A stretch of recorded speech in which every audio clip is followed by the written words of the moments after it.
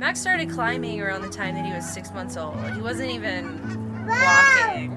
And we have a small parrot, and he would shimmy up the birdcage like this and find his way up.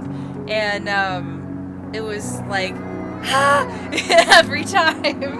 And so I knew I needed to give him something that he was actually allowed to climb. And his dad is a rock climber, and so it was like obvious. We were going to build him a wall. So I went out, got all the supplies that was needed, plywood, the holds. There's a really great company here in Colorado that makes specialty holds, so I got holds specific to kids his age that he can actually utilize really well. And the second I put it up, there he went. And he, without a thought, he just started climbing it.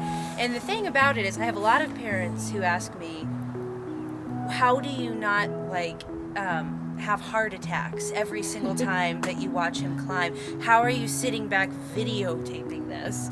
And the reason that I can relax is because he's really quite mindful with every move that he makes. He stops and he thinks about what his feet need to do and where his hands need to be. He's really, this is definitely something he was just born to do. I mean, he came out of the womb with these toes that were like perfectly crimped, We were like, wow, he's a rock climber, look at those toes.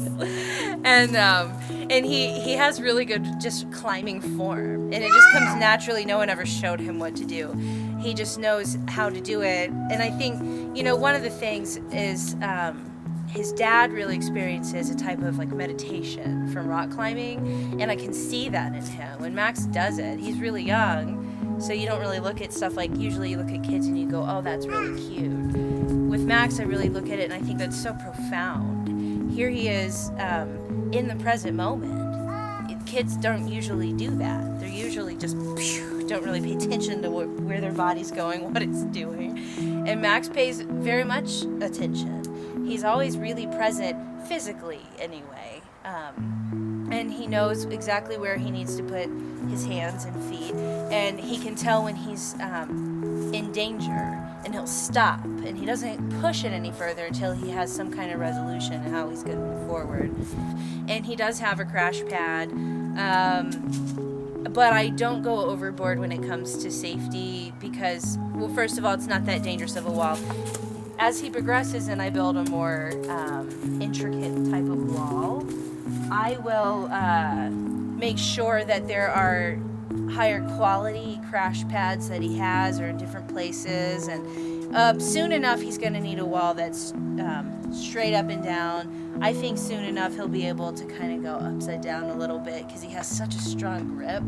At which case, once he's big enough, I'm going to get him in a harness and teach him how to belay. I think that'll be a blast. I think he's big enough now we can start taking him to rock climbing gyms and letting him explore and watch other people and get familiar with their forms of safety and like wearing a harness, for example.